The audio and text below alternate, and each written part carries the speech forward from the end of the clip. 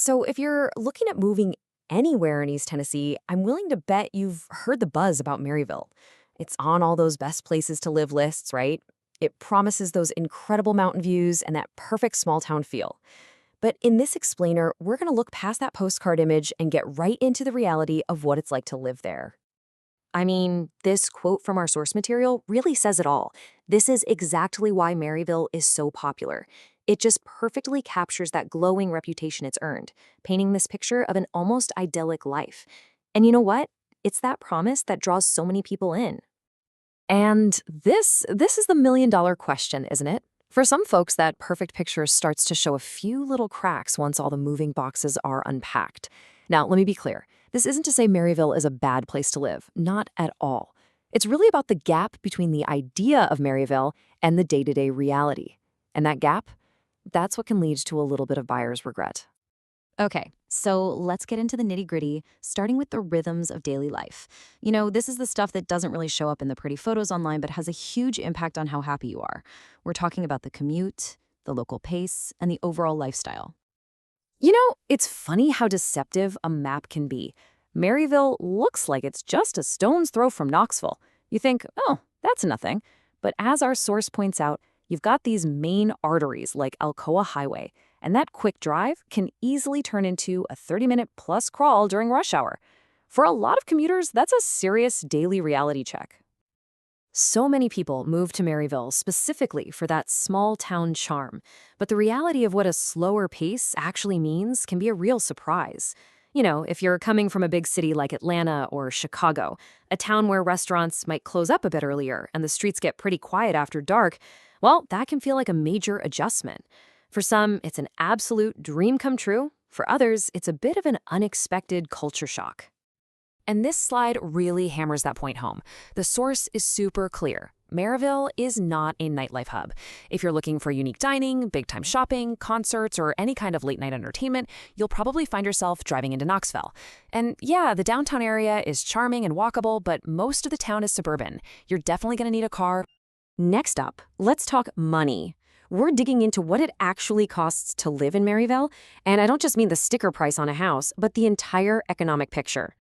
This is a really crucial point. While Maryville might seem affordable compared to, say, California or New York, it's definitely a premium market within East Tennessee. Its great reputation and top-notch schools keep demand sky high, and that means home prices are often higher here than in some of the neighboring towns. The secret's out, it's not a budget-friendly secret anymore. And this chart breaks it down perfectly. In Maryville, you're much more likely to find these charming, established neighborhoods with homes built in the 70s, 80s, or 90s, which also might mean they need some updates. But if you look at areas like Farragut or Hardin Valley, you're seeing a lot more new construction. And while Maryville's home values are solid and steady, the source notes that buyers looking for faster appreciation often find it in those newer, booming parts of West Knoxville. Okay, so what about jobs? Well, the local economy is anchored by some really solid, stable employers. The hospital, Denso, the school systems, you see them here. But the variety is a bit limited. If you're in a more specialized field, something like tech or marketing, your job search is most likely going to lead you right back to Knoxville. And because Maryville is so desirable, its housing market can get, well, pretty stressful. Especially in that popular $300,000 to $600,000 price range, homes get multiple offers and they move fast. The real risk here is feeling pressured into making a snap decision, and that is a classic recipe for buyer's remorse down the line. All right, let's move on to the on-the-ground details that are so easy to overlook when you're caught up in a home search. We're talking schools, access to the outdoors, and even where you'll buy your groceries. This is the stuff that really makes or breaks your daily life. Okay, I need everyone to pay close attention to this one, because this is probably the single most important and most misunderstood point for families moving to the area. People see Maryville, Tennessee on the mailing address, and they just assume their kids are automatically zoned for that highly ranked city school district. But as we're about to see, that is absolutely not the case. And here's why. There are actually 3 totally distinct school systems in the area. You've got Maryville City and Alcoa City, which are their own independent districts. But, and this is the key, the vast majority of properties that have a Maryville zip code actually fall under Blount County schools. Now, they're all good systems, but if your heart is set on one in particular, you have to verify the specific zone for any house you're considering. And for all you outdoor lovers, take note.